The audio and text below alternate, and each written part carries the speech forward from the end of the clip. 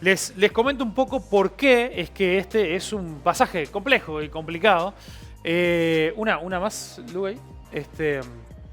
Llegamos a algo que... algunas cosas yo ya les he hablado, pero llegamos a esta parte donde Jesús habla directamente y da mucho más detalles que antes de cómo iba a ser el juicio de Dios sobre Jerusalén, en realidad sobre todo Israel, sobre Judea, pero obviamente centrado en la ciudad de Jerusalén. Cuando nosotros, eh, cuando nosotros pensamos en cosas icónicas de un lugar, vieron que se usaba mucho más antes, creo que ahora se usa más, se usa más como por mantener la costumbre de que se siguen vendiendo postales. ¿Vieron? Cuando uno va a lugares turísticos, por más de que todos tenemos para sacar fotos con el celular, sigue habiendo lugares turísticos donde te venden postales, ¿no? Fotos lindas de un lugar y vos después podés escribir atrás y ya ni la mandás por correo, se le da después a la gente, pero mi suegro todavía lo hacen cada tanto cuando viajaban a conocer un lugar, no, comprar una postal, nos mandaban un saludo y la mandaban por correo y nosotros nos veíamos, después ellos volvían de las vacaciones, nos juntábamos a comer, charlábamos el viaje, todo y como a los 2 meses llegaba la postal, más o menos así, pero en las postales, siempre, no sé, si vamos a por ejemplo, una postal de las piedras. ¿La postal qué tiene? ¿La foto de Adulam? No, ¿qué tiene la postal? El obelisco. O la plaza, la fuente de la plaza con la cosa ahí, con la plaza. Le iba a decir, no sé si era una pérgola o no, bueno, ustedes sabrán. Bueno, entonces tiene un lo icónico, una postal de Montevideo, el Palacio Salvo, bueno, la Plaza Independencia en general, alguna otra cosa, el Palacio Legislativo. No hay una foto de Peñarol. Claro, en Piriápolis y la Rambla. Entonces, hay lugares que son icónicos, que son representativos, y cuando hablamos de Israel, Jerusalén, no solamente por ser la capital, pero específicamente el templo, era como esto al cuadrado, era muchísimo más, era no solamente lo más representativo, era realmente lo más importante en prácticamente todas las áreas de la vida. Entonces, y también cuando pensaba en esto, ¿no? y la idea de que Jesús, no lo leímos el pasaje, pero téngame paciencia, de que Jesús les viene ya advirtiendo y ahora va como a entrar en detalle, de que esto no va a quedar así. Me los imagino a ellos como también costándoles creer un poco, porque estamos hablando de, imagínense, cuando el primer templo fue hecho, ahí el que lo construyó fue Salomón, ya se convirtió, todos los historiadores y todo consideran que ya era una de las maravillas del mundo, arquitectónico y todo, de las maravillas del mundo antiguo, ¿no? Ahora, ese templo fue destruido ya una primera vez y se volvió a reconstruir unos 70, 80 años después cuando se le permitió a los judíos empezar a volver del exilio. Y lo empezaron a reconstruir, pero hay una escena terrible que lo podemos leer ahí en el libro de Esdras, que es donde dice que los jóvenes, que ellos no conocían el templo anterior, ¿no? Vieron la reconstrucción y empezaron a celebrar. Y los ancianos, que ellos habían vivido ahí antes del exilio en su adolescencia, dice que ellos en vez de celebrar, ellos lloraban, porque decían que el nuevo templo era una porquería al lado del original. Y pasan los años y aparece un rey, que era un rey completamente títere, porque era un rey puesto o permitido ahí por los romanos, que era Herodes. Y Herodes el Grande, no el Herodes que se va a encontrar con Jesús ahora, el padre, ¿no? En realidad el que quiso matar a Jesús cuando nació. Herodes el Grande, que de ahí después se divide entre los tetrarcas de los otros 3 Herodes. Y ese hombre, no por motivos religiosos, sino por motivos de ego, un tipo tremendamente, o sea, la pincelada de historia que nosotros tenemos de él, mandando a asesinar a todos los niños de una zona, menores de 2 años, porque se sentía amenazado por una profecía, es solamente una pincelada de lo terrorífico que era esa persona. O sea que no por motivos religiosos, no por motivos de nada, solamente por motivos de ego, el tipo arranca un proyecto de expansión del templo que lo convierte en un templo muchísimo más grande que lo que era cuando lo hizo Salomón. Es más, tanto así que Salomón, ¿se acuerdan que estuvo 7 años para construirlo? Y el templo que comenzó a reconstruir o a ampliar Herodes, le llevó un montón más de años, al punto que en realidad la construcción se terminó después que él murió. Por lo grande que era ese proyecto. Entonces realmente estamos hablando de una zona, si nosotros miramos un mapa de lo que era la ciudad fortificada de Jerusalén, estamos hablando que solamente el área del templo ocupaba casi como un octavo de la ciudad. Era un lugar realmente grande. Y una ciudad donde, como habíamos hablado una vez, en la época de la Pascua, donde venía gente afuera y todo, adentro de la ciudad se llegó a hospedar casi 1 millón de personas. No pensemos un tamaño como Montevideo, ¿no? Tanto así porque eran unos días especiales.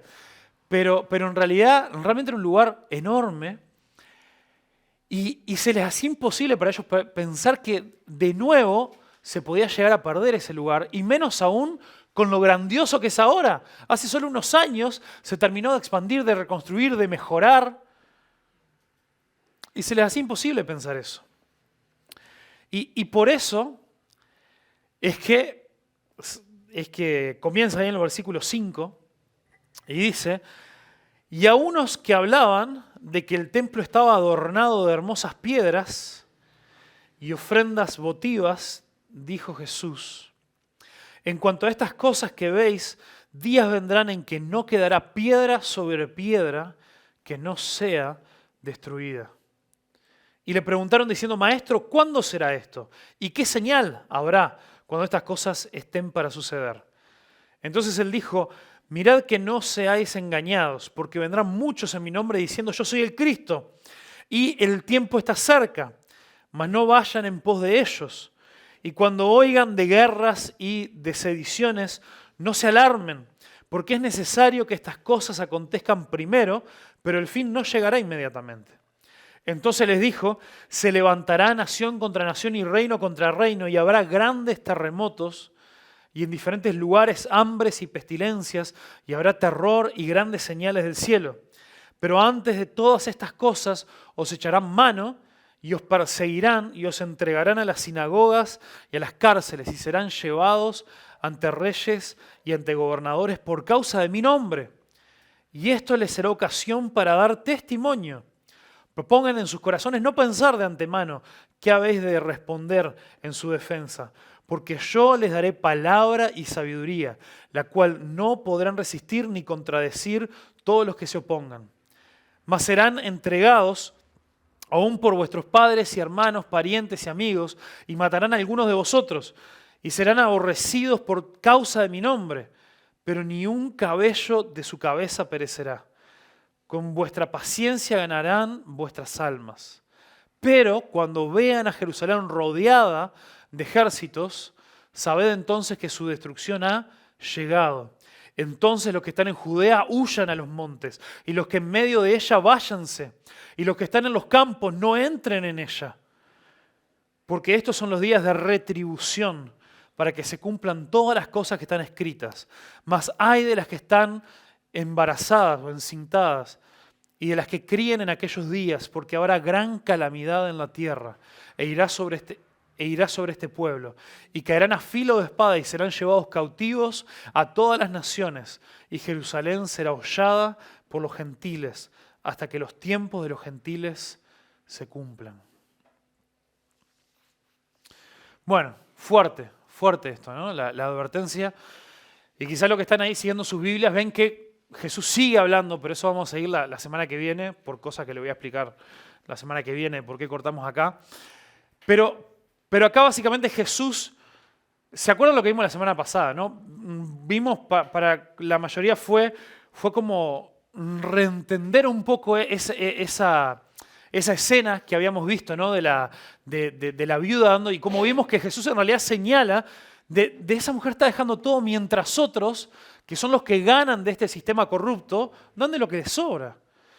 Y vimos como antes de eso Jesús ya le había dicho a los fariseos que iban a ser juzgados más severamente por tomar provecho de ese tipo de situaciones. Entonces acá Jesús, cuando ve a algunos de los que andaban con él, en Mateo creo que especifica que eran algunos de sus discípulos, él los corta medio en seco y dice: a ver, estamos hablando de la corrupción de este lugar, de lo terrible que es lo que está pasando, Y ustedes ahora quieren hablar de qué linda la arquitectura de algo que se creó gracias a la corrupción. Seguramente estaban admirando los muros, que los muros eran parte de la expansión y la reconstrucción que había hecho Herodes. Un tipo que había hecho toda su riqueza en base a traición, en base a la opresión del pueblo, en base a hacerle fiel a los romanos, en base a matar a quien se le ponga en su camino. ¿Y ustedes están admirando eso? Entonces ahí Jesús les cuenta. Miren que va a llegar un momento donde esto no va a quedar nada. No va a quedar nada de esto. Porque esto que ustedes admiran es completamente pasajero en comparación con el reino de Dios. Que es lo que estamos construyendo y lo que no se va a caer a pedazos. Esto se caerá a pedazos, pero no el reino de los cielos. Y obviamente eso no lo dice literalmente, pero vamos a ver por qué. Entiendo que ese es un poco el corazón de Jesús. Pero le quiero contar algunas cosas de lo que pasó y cuándo pasó esto que Jesús dice, ¿no? Miren, yo creo, y esto les tiro un pique para cuando quieran hablar con la gente, ¿no? La gente a veces que duda en Dios, ¿no? Para mí este pasaje es una de las, por más que requiere mucha explicación, ¿no? Pero es uno de los lugares claves en los cuales nosotros podemos agarrar la Biblia y decir, che, no queda absoluta duda de que estamos teniendo en nuestras manos la palabra de Dios. Porque hay muchos lugares, incluso muchas profecías que hay en la Biblia y todo, que las podemos comprobar y todo, pero que hay gente que puede venir y poner en duda algunas partes, algunas cosas. Pero acá estamos hablando ni siquiera cosas del Antiguo Testamento, donde quizá hay que hacer más investigación con algunas cosas. Acá estamos hablando de que Jesús, en un año donde ya existían historiadores, y muchas de las cosas que conocemos es por historiadores de ese momento, gente que no eran cristianos, ni eran judíos, ni nada, algunos eran judíos pero nunca fueron seguidores de Jesús, registran un montón de datos y ellos mismos aseveran que estos textos fueron escritos antes de la destrucción de Jerusalén y describieron con lujo de detalle lo que pasó unos pocos años después. Con lujo de detalle. Entonces, podemos venir y decir, pero ahora Jesús predijo exactamente lo que iba a pasar en maneras increíbles. Bueno, ¿cuándo sucedió esto? Esto sucedió en el año 70 después de Cristo. Es algo increíble porque, nosotros estamos estudiando Lucas, pero en Mateo, si vamos y lo leemos, este discurso de Jesús es mucho más largo, da algunos detalles más. Y una de las cosas que Jesús dice es que todo esto iba a pasar dentro de una generación, o antes de que pase esta generación. Y en la Biblia siempre se habla de una generación, más o menos los años en los cuales se hace una referencia, es a unos 40 años. Nos podemos acordar en la época ¿se acuerdan? De la conquista de la tierra, que mandaron a los espías y Dios dijo, por su fe, por su falta de fe, esta generación no va a entrar. ¿Cuántos años pasaron para hacer esa limpieza de esa generación? 40 años. Ese es un ejemplo de varios. Ahora, ¿Jesús cuándo dijo esto? Tenía 30, 33 años. Y era el año 30, 33 después de Cristo, porque se cuenta.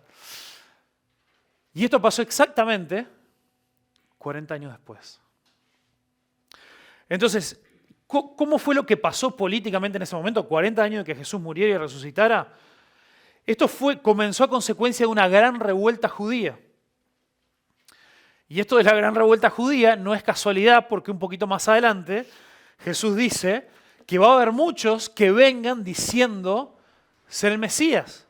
Y Mesías nosotros lo asociamos muy rápido con el Salvador de mi alma que perdona mis pecados. No, para los judíos el Cristo, diciéndose el Cristo, es el que los iba a liberar de los romanos. Y constantemente surgían estas revueltas de lo que los judíos querían ver, que eran caudillos militares que enfrentaran a los romanos.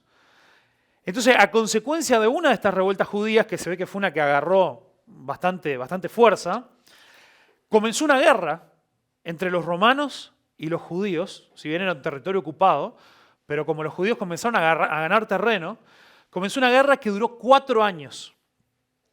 Comenzó por ahí en el 66, 67, y comenzaron a luchar, y el fin fue cuando finalmente las fuerzas romanas lograron avanzar con un ejército enorme.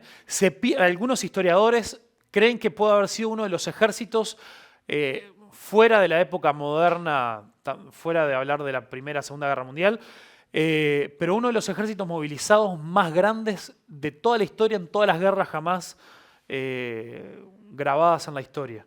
Se cree que Roma llegó a movilizar 600.000 hombres para que sitiaran Jerusalén. ¿Por qué? Porque Jerusalén era invencible, porque era realmente una ciudad enorme, fortificada, con grandes muros, encima de una montaña. En esa época no hay forma. No había ahora los aviones, los tanques, no había forma. La única forma era sitiarla y esperar que todo el mundo se muera. Y eso se hacía muy comúnmente, pero casi nunca se hacía en una ciudad tan grande como Jerusalén. No era algo que se lograra hacer. Entonces, solamente había pasado hacía como 500 años atrás cuando lo hicieron los babilonios. Pero bueno, esa es una historia por otro día. Y el método que usaron los babilonios fue el mismo. Fue decir, no le podemos hacer nada, vamos a sentarnos acá, a tomar unos mates hasta que se mueran de hambre. Entonces, tenemos lujos de detalles registrados sobre esto de un historiador muy conocido que era judío, pero él no fue cristiano, que se llama Flavio Josefo. Entonces, ¿quién comenzó ahí en el 67, en el 68 con esta guerra en contra de los judíos? Sorpresa, sorpresa, el emperador que se llamaba Nerón. ¿Han escuchado de Nerón? Bueno, Nerón también fue tremendamente conocido por su crueldad. Fue un tipo que Nerón ascendió al poder, ¿saben con cuántos años? Con 16 años. Y reinó 14 años. O sea que murió ahí a los 29, 30. Y durante esos años, y no es difícil pensar por qué habrá llegado a ser tan cruel. Hay una frase que me parece muy acertada que dice que el poder absoluto corrompe absolutamente. Y cuando una persona con esa edad, donde todavía no se ha terminado de desarrollar ni su personalidad ni nada, le entregás literalmente las llaves del mundo, es inimaginable lo que el corazón humano puede llegar a hacer. En esa época, un poco antes, muy probablemente muchos estiman que por la molestia que a Nerón le causaba lo rompecocos que eran los judíos, le comenzó a echar la culpa a los cristianos.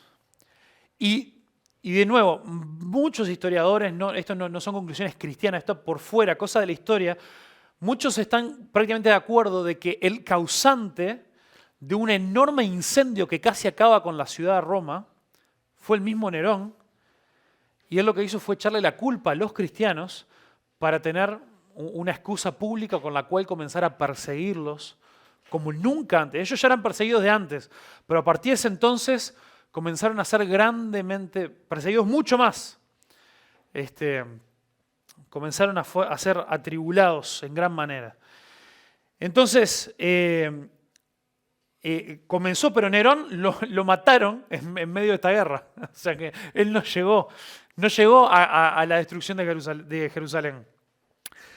El que lo siguió fue el Vespasiano, que fue el siguiente emperador, que Vespasiano antes era el general del ejército, antes de ser el emperador, y fue el que comenzó esta guerra.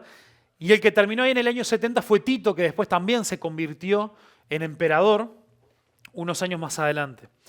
Esto duró 4 meses, imagínate, 4 meses. ¿Y sabes cuándo Roma decidió ir a sitiarla? ¿Cuándo comenzó? No fue tipo al azar, vamos ahora y cuando lleguemos.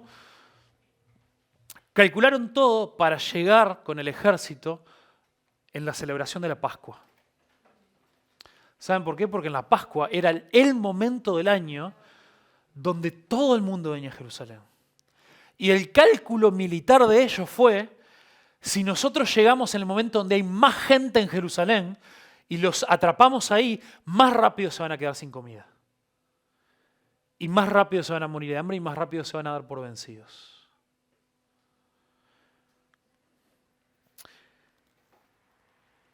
Esto llevó a una situación espantosa, que más adelante vamos a ver algunos detalles bastante tristes de lo que sucedió en ese momento.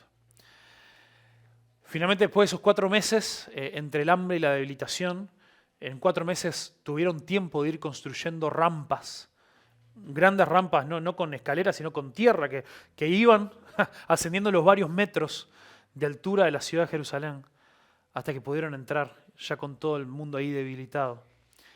Y comenzaron a prender todo fuego. Y lo primero que fueron a prender fuego fue el mismo templo. Y lo que se dice es que el calor del incendio en el templo fue tan grande que el templo estaba diseñado que era una de las maravillas del mundo, porque una de los tantos lujos era que muchas partes estaban completamente recubiertas en oro. Ahora, el oro es un metal bastante blando. Incluso nosotros sabemos, con los anillos, con lo que sea, vos le das un golpecito y ya. Entonces, en bajas temperaturas se empieza a derretir. Y se dice que los miles de kilos de oro que había ahí en la zona del templo, al derretirse, se fueron yendo hacia el piso y se fueron metiendo hasta entre las uniones de las piedras. Motivo por el cual algunos piensan, capaz que no es así, pero sí algunos piensan que por eso motivó a muchos hasta empezar a separar las piedras entre ellas para obtener el oro. Cumpliéndose así lo que Jesús dijo, no va a quedar piedra sobre piedra. Hoy en día, 2000 años después, lo único que queda es una pequeña pared de unos metros que algunos han visto en fotos o en la televisión, que es lo que los judíos le llaman el muro de los lamentos. Es el último pedacito que les queda intacto. Bueno, no intacto, pero de pie por lo menos, de ese lugar. Entonces, frente a esto, los discípulos preguntaron 2 cosas. ¿Cuándo va a ser esto? ¿Y qué señales vamos a tener? Entonces ahí vemos algunos detalles. Dice en el versículo 8, miren que no sean engañados, porque van a haber muchos en mi nombre diciendo yo soy el Cristo y el tiempo está cerca. Y acá, a partir de las cosas que Jesús cuenta, tengo que hacer una aclaración. Y una de las razones por las cuales yo digo que este pasaje es un poco complejo y complicado. Uno de los desafíos con este y otros, bueno, en realidad con casi todos los pasajes, que una de las tentaciones que todos tenemos al leer la Biblia es enseguida querer saber qué tiene que ver esto conmigo, ¿no? Cómo Dios me está hablando a mí. Y el tema es que a veces no estamos dispuestos a hacer todo el trabajo que requiere para llegar a esas conclusiones, o a tener paciencia, que quizá hoy no lo voy a entender y tengo que simplemente meditar en la palabra, en otras partes, y en algún momento Dios me irá dando el entendimiento, iré aprendiendo cosas nuevas. Entonces, este es un pasaje que se usa muchísimo, más que nada el de Mateo, porque es muy conocido, pero son pasajes paralelos, que se usan muchísimo para hablar del fin, de los tiempos del fin del mundo, no del fin de Jerusalén. Entonces, ¿cuántas veces nosotros hemos hablado de nuevo? Estamos en los últimos tiempos, ¿no? Porque hay mucha gente diciendo, viniendo con historias y con cosas, ¿no? De que yo soy el Cristo, o que no sé, gente que le pone fecha a la vuelta de Jesús, y un montón de cosas, ¿no? Y empiezan a pasar cosas que Jesús va a describir ahora, y siempre aparece la frase, pues estamos en los últimos tiempos. Ahora, yo les dije que este pasaje es complejo, y es cierto, hay que reconocer que hay algunos aspectos de esto que nos pueden dar para pensar si Jesús estará solamente hablando de esto. Y en realidad los aspectos que más nos dan para pensar que Jesús podría estar hablando, además de su segunda venida, de ahí sí, de cuando Cristo venga a buscar a su iglesia, tiene que ver con lo que Jesús sigue diciendo a partir del versículo 25, por eso no avanzamos ahí, así lo estudiamos un poquito después. Pero siempre nuestro desafío al leer y al entender la Biblia es qué quería decir esto para la gente que lo escuchó. Y después que nosotros tenemos claro eso, ahí podemos empezar a pensar, bueno, eso tiene algo que ver conmigo. En las profecías es común que a veces haya como una doble interpretación, no podemos cuestionar eso, pero lo primero es qué tenía que ver con estos. Entonces, cuando Jesús dice, van a venir muchos en mi nombre diciendo que yo soy el Cristo, no es para que nosotros nos pongamos a buscar videos en YouTube que hablan sobre el final del mundo y el nuevo orden mundial y la gente que viene y que va a ser, y aquellos que, un colombiano que dijo que él es la reencarnación de Jesús y todas esas cosas. Son unos bananas, eso sin duda, pero no es para que nos pongamos nerviosos ni nos alertemos, porque aparte es lo siguiente que dice Jesús. Dice... Bueno, primero dicen, no sean engañados, con algunos que dicen yo soy el Mesías o yo soy el Cristo, y los que dicen el tiempo está cerca. O sea que todo el mundo, eso sí es algo que nosotros lo vemos hoy en día, cada vez que pasa algo, uy, no, estamos en los últimos tiempos, el tiempo está cerca, estemos atentos. Y Jesús nos está diciendo, no sean engañados por eso. No, tranqui panqui. Dice, mas no vayan en pos de ellos. ¿Y cuánto cuidado tenemos que tener nosotros? Porque el ser humano es un ser curioso y para nosotros nos es atractivo y es re atractivo que nos quieran, por eso cuánta gente va a que le tiren las cartas por ahí, o cuánta gente va a que le digan el tarot, y siguen existiendo programas de televisión que llaman el 0900 no sé cuánto, y es 0900, no 0800, porque el 0900 te cobran un montón. Ajá, esa es la diferencia entre el 0900 y el 0800. Entonces, el ser humano es un ser curioso y la gente que entendió eso se aprovecha de eso y cualquier cosa que sea novedad, a todos nos gusta sentirnos especiales y sentir que tenemos un conocimiento especial que otros no tienen.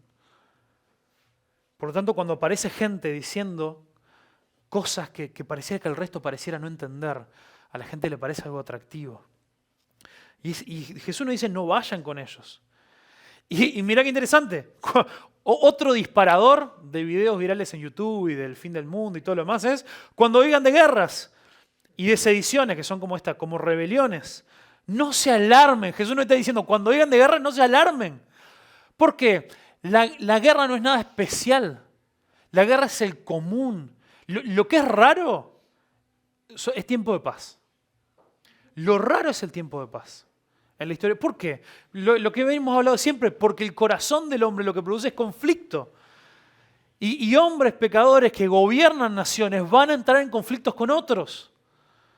Y está bien, seamos conmovidos por los conflictos que hay en diferentes lugares, pero si nosotros pensamos que las guerras son lo especiales es porque solamente estamos prestando atención a algunas partes del mundo y no a otras. Miren, yo me vi tremendamente conmocionado con el arranque ahora de la guerra en Ucrania y estuve, no sé, el primer mes, miraba más videos de la guerra de lo que me gustaría admitir. Pero lo único que reveló eso, y lo reconozco, es cuán poco me importaba todas las otras guerras que pasan en otros lados. Hay genocidios terribles en países como Myanmar, a los cuales prácticamente nunca estamos pensando en eso, con la cabeza en eso. Mucho es culpa también de los medios, de cómo los medios, por supuesto, que por más que pensemos que no, nos influencian en lo que más cubren, más nos llama la atención.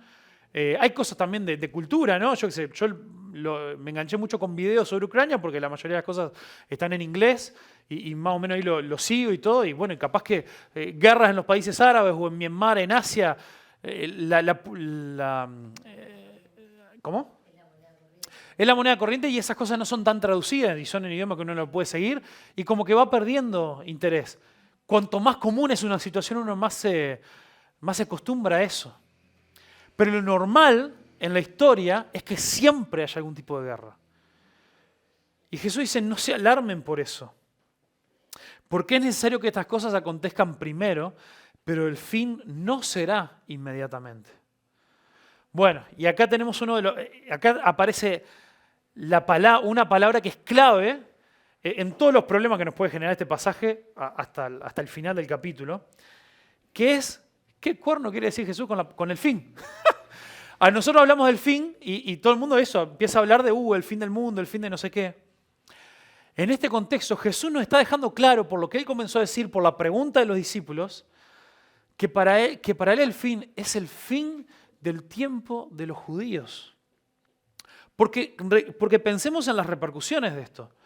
No fue que Roma vino, destruyó Jerusalén Y bueno, y como pasó 500 años antes, después volvieron, reconstruyeron, aunque quedó medio ahí, y tal, y fue medio mediocre la cosa, pero no, a partir de ese día se terminó. Pasaron 2000 años ya. ¿En qué se basaba toda la religión judía hasta ese momento? En los sacrificios, en el templo. Desde ese momento, del año 70 hasta el día de hoy, 2000 años después, los judíos no tienen mucha explicación de cómo sus pecados son perdonados, porque hace 2000 años que no han podido ofrecer sacrificios. Porque no es como los macumberos que te ponen uno en cada esquina. Ellos legalmente solamente pueden hacer ese tipo de sacrificios por perdón de pecados en el templo. Y no hay templo. Entonces, cuando Jesús dice que es el fin realmente, en un sentido muy literal para ellos, para quien él estaba hablando, era el fin. Y fue un fin en muchos otros sentidos calamitosos. Hay un cálculo que en esos 4 años de guerra, pero principalmente en esos 4 meses de la derrota de Jerusalén, murió casi 1,5 millones de personas. Más o menos 1 millón adentro de Jerusalén y 500,000 afuera. Entonces, realmente, y nosotros, no sé, eso, escuchamos la noticia que murieron 30 civiles en un atentado y decimos, ¡ay, comenzó el fin del mundo! Entonces, ¿por qué? Porque a nosotros nos encanta que todo se trata de nosotros y queremos sentir que leemos algo que pasó hace 2000 años atrás y decir, Jesús estaba hablando de mayo del 2022. Pero entonces tenemos que primero entender qué significaba para ellos. Bueno, entonces seguimos un poco, ¿no? En esos... entonces el fin realmente nos hace entender de que se refería a que la destrucción de Jerusalén y del templo era realmente un fin, algo que iba a marcar un final para todo lo que ellos, para la nación de Israel en un sentido muy, muy literal. Y después dice, pero el fin no, ¿y qué pasará con ese fin? No va a venir inmediatamente. Ese juego de palabras de no inmediatamente implica de que no va a ser enseguida, pero tampoco, de nuevo, ¿por qué pensamos que el fin tiene que ver con eso y no con el fin del mundo? Cuando alguien te dice, esto no va a pasar inmediatamente, es que bueno, no ya, pero tampoco dentro de... Si, no sé, si yo le decía el otro día que fuimos a la casa de Andrés, mirá Andrés, se nos complicó un poco, no vamos a llegar inmediatamente. ¿Estás pensando que vamos a ir a la semana que viene? No, que nos atrasamos un poco y vamos, estamos por ir. Entonces, la expresión que usa Jesús no da a entender de que va a haber una separación de tiempo de miles de años. Entonces, por eso entendemos que Jesús se hace referencia a un fin bastante inmediato ahí, aunque no inmediatamente. Entonces dijo, versículo 10, se levantará nación contra nación y reino contra reino. Está hablando de esta revuelta que estaba habiendo dentro del Imperio Romano, que los llevó a enfrentarse militarmente de esta manera tan terrible. Y habrá grandes terremotos en diferentes lugares y hambres y pestilencias y habrá terror y grandes señales del cielo. Nuevamente, es el típico lenguaje que se usa hoy en día, ¿no? Cualquier cosa, hambres, pestilencias, terremotos, y son todos lenguajes que ponen a la gente en alerta y decir, uy, no, qué terrible. Ahora, pero nunca en el mundo, en la población mundial, se pasó tanta hambre como en ese entonces, porque en realidad la sociedad ha ido creciendo, evolucionando y sigue habiendo montones de problemas, con hambrunas y con un montón de problemas. Pero la forma en la que ha ido avanzando el ser humano, y por más desigualdad que hay, que la hay, es muy grave, pero nada como, imaginémonos, Jesús está hablando de la destrucción de Jerusalén donde muchos de ellos murieron de hambre. Y cuando dice, miren, terremotos, hay solamente en el resto del Nuevo Testamento tenemos un registro de por lo menos 4 terremotos importantes que pasaron. Un terremoto bien fuerte en el día que Jesús murió. Un nuevo terremoto, imagínate si terremotos seguidos, ¿no? El día que Jesús resucitó. Están ahí las citas después por si la quieren. En Mateo 27, 51 y 54 es cuando Jesús muere. En Mateo 28, 2 es el terremoto cuando Jesús resucita. Y después en Hechos aparecen 2 terremotos más. En Hechos 4, 31 y en Hechos 16, 26. 2 terremotos que Dios usa para liberar para básicamente desplomar, derrumbar unas prisiones donde estaba Pedro y Juan y después donde estaba Pablo y Silas. Los dos fueron liberados de la misma manera, mediante terremotos. Ahora, pero es interesante que de nuevo, en la historia, si estamos pensando en la destrucción de Jerusalén, hubo 4 grandes terremotos. ¿Que saben qué año pasaron? 4 grandes terremotos en el Imperio Romano pasaron en el año 60, en el año 62, en el año 68 y el último en el año 69. El primero, el del 60, destruyó las ciudades de Pérgamo, de la Odisea y de Colosa, donde había iglesias de cristianos ahí, de seguidores de Jesús. En el 62, la ciudad de Pompeya fue destruida. No la destrucción final. Pompeya, conocemos la historia que no quedó nada porque fue un volcán que también con una erupción y todo, pero eso fue en el 79. Licia también fue destruida en el 68 por un terremoto y en el 69 fue un terremoto cerca de la ciudad de Roma. Entonces, de nuevo, pensemos cómo esto se aplicaba a ellos. Y dice, pero antes, versículo 12, de todas estas cosas, les van a echar mano y los perseguirán y los entregarán a las sinagogas y a las cárceles y serán llevados ante reyes y ante gobernantes por causa de mi nombre. Esto es la descripción de toda la primera mitad de todo el libro de Hechos.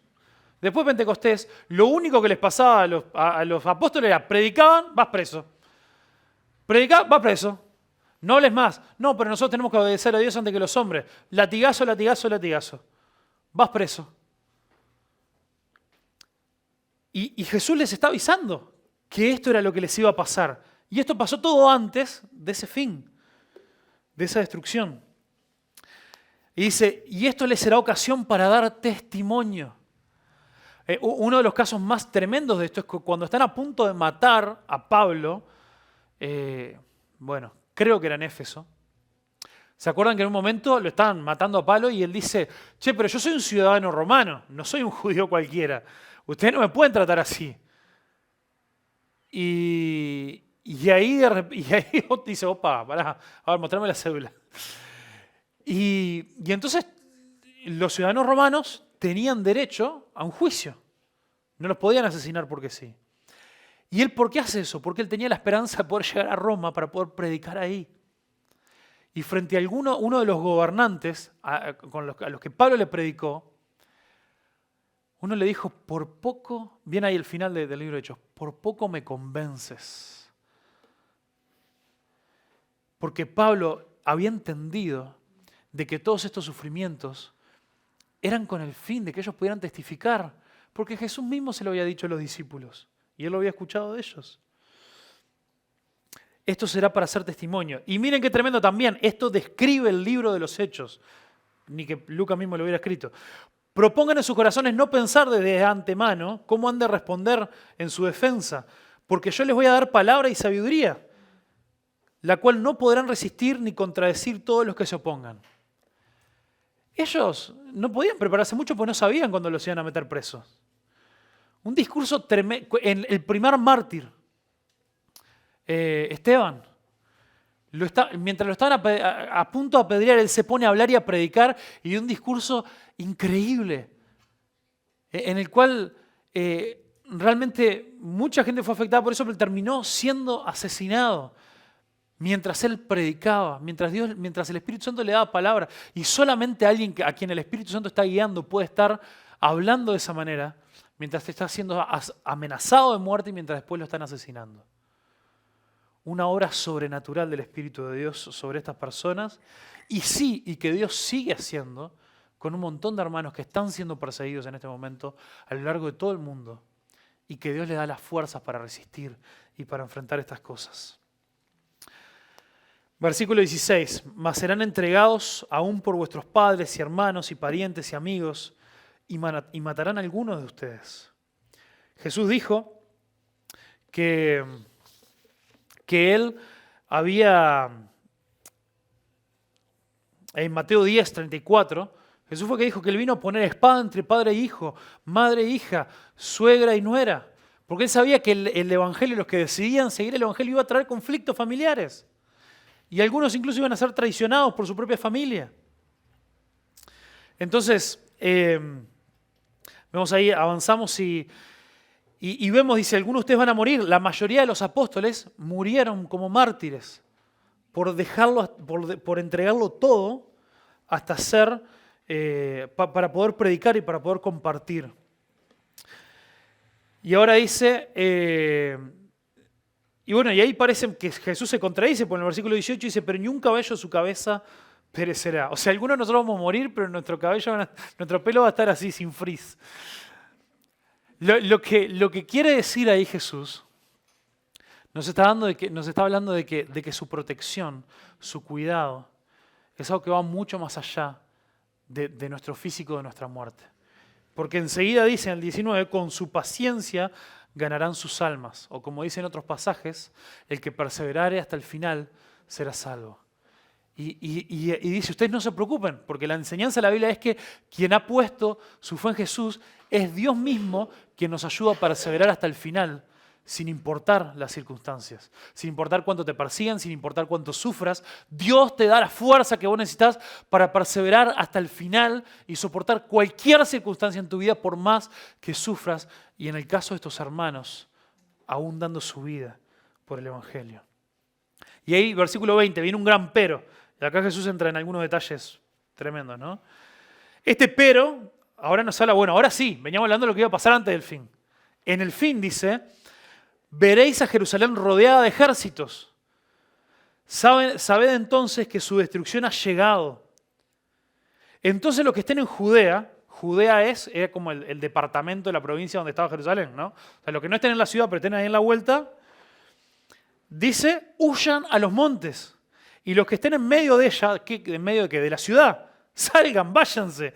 Y los que estén en los campos, no entren de vuelta a la ciudad.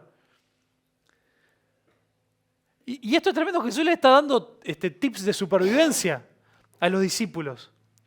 Y esto hubo otro historiador que no fue Josefo, Eusebio. Hay un historiador que se llamaba Eusebio, que él cuenta que, y él de no es una persona, no fue un seguidor de Jesús. Y él describe que los cristianos, no todos, pero en su amplia mayoría, se salvaron de la destrucción de Jerusalén, porque por una revelación profética, ellos habían salido corriendo de Jerusalén, cuando habían escuchado que el ejército se asomaba. Y para la mayoría lo lógico fue, metámonos en la ciudad fortificada. Si nosotros nos quedamos afuera, la vamos a quedar.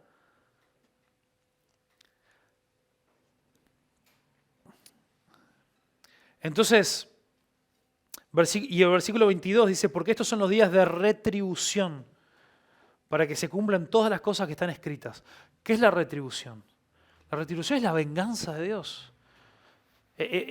Buena parte, todos los últimos capítulos que hemos venido estudiando de Lucas, es como el pueblo judío estaba corrupto más allá ya habían pasado el límite del arrepentimiento, ya no había vuelta atrás para ellos.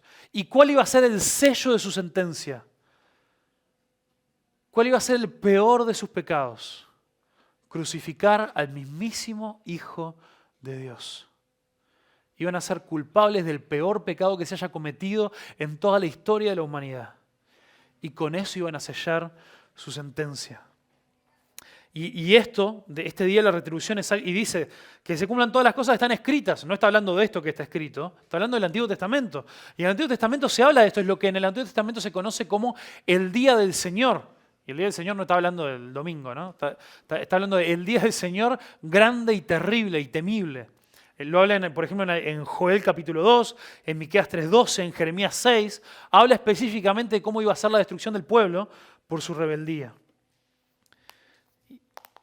Y ahí dice en el versículo 23, más hay de las que estén encintas o embarazadas y de las que críen en aquellos días, porque habrá gran calamidad en la tierra e ira sobre este pueblo, y caerán a filo de espadas, y serán llevados cautivos a todas las naciones. Josefo, este historiador que les decía, él fue el que registra que 1.100.000 judíos de Jerusalén y de Judea fueron asesinados. Perdón, yo dije 400.000, no, unos 100.000 más fueron llevados a Roma como parte de la procesión triunfal al entrar en la capital. Todos estos ejércitos lo que hacían es mataban a la gran mayoría y dejaban a algunos vivos para llevárselos como cautivos, que era como premios de guerra. Las mismas personas eran premio de guerra. Y se lo llevaron desde Jerusalén hasta Roma. 100.000 personas como esclavos o como cautivos para llegar a Roma frente al emperador y decir, miren, y observen nuestra gran victoria. Y este Josefo registra, para ilustrar el lamento que pronunció Jesús sobre las mujeres con sus niños, Josefo relata una historia de una mujer llamada María, mujer de Perea, de una zona ahí, que ella vivía entre los judíos que estaban muriendo de hambre en Jerusalén, y ella tomó a su bebé, un niño de pecho, y lo mató y lo asó para comerlo. De nuevo, una historia similar a esta está registrada en la Biblia, pero en la época de los babilonios. Y ahí nos dice también, ¿vieron el nivel de detalle con el que Jesús predice estas cosas? Y dice, van a caer a filo de espada todos los que murieron y van a ser llevados cautivos a todas las naciones. Y Jerusalén será hollada por los gentiles, o sea, será controlada, destrozada por los gentiles, hasta que el tiempo de los gentiles se cumpla. Entonces, esto nos habla justamente que el fin era el fin del tiempo de los judíos y comenzaba el tiempo de los gentiles. Y es un tiempo en el que estamos ahora. Es el tiempo en el que Dios juzgó a su pueblo, ejerció su juicio y dice, ahora la salvación que compró Jesús es para todos. Ya no está limitada a un templo, ya no está limitada a sacrificios. El sacrificio es Jesús. El templo donde habita la presencia de Dios es Jesús en nosotros. Él fue la presencia de Dios que descendió a la tierra para habitar entre nosotros. Y abrió las puertas a todos. Y a partir de ahí es que el Evangelio empieza a explotar por todo el mundo. Entonces, aún hoy, pasaron casi 1900 años donde todos estos judíos fueron dispersados por el mundo y no tuvieron nación. Aún hoy, cuando en el año 48 en 1948 se creó el Estado de Israel, ellos siguen sin tener posesión de Israel. Porque tienen una parte, pero de la ciudad de Jerusalén tienen un cuarto. Y justo una parte donde lo que llegan a tocar es el último murito que queda ahí en pie. Pero no están ni cerca de tener posibilidades de construir un templo. Porque Dios dijo, basta. Dios dijo, basta. Entonces, disculpen que yo sé que esto fue extremadamente largo, pero era imposible dividir y cortar este pasaje antes de acá. Algunas cosas que ahora es importante que bajemos a tierra, ¿no? Hermanos, no seamos engañados, lo que Jesús comienza a decir cuando empieza a hablar de las señales. No seamos engañados. Por tantas doctrinas, por tantas olas, por tantas cosas, por gente que quiere traer nuevas revelaciones, nuevas cuestiones, tenemos todo lo que necesitamos en la palabra de Dios.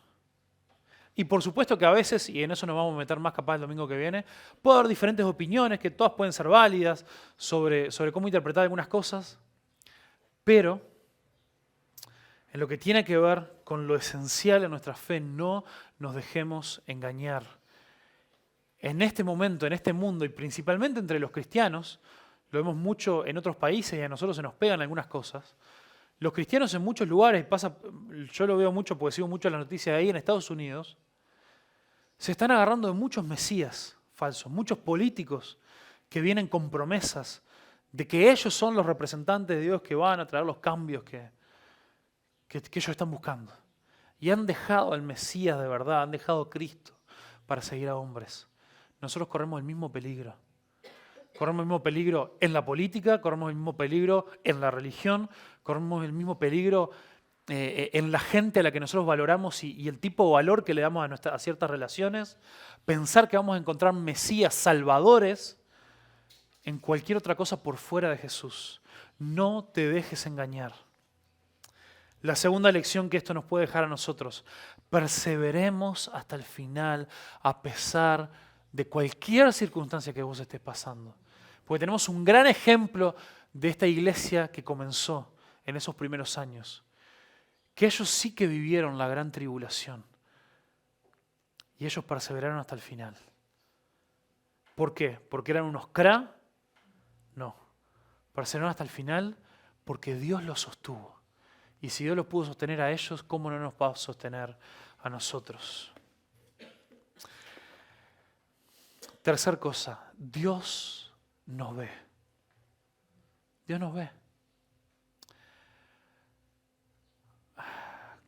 Ayer estuve hablando, en este lugar donde estuve con una muchacha ahí, que me contó que hace un año y pico ya tuvo un accidente donde casi muere, la atropelló un auto y se le tuvo una fractura expuesta de muñeca y una fractura de pierna y todo un montón de cosas. Y me dice, vos sabés que yo un mes antes del accidente soñé con que me atropellaba un auto y me quebraba la pierna y la muñeca.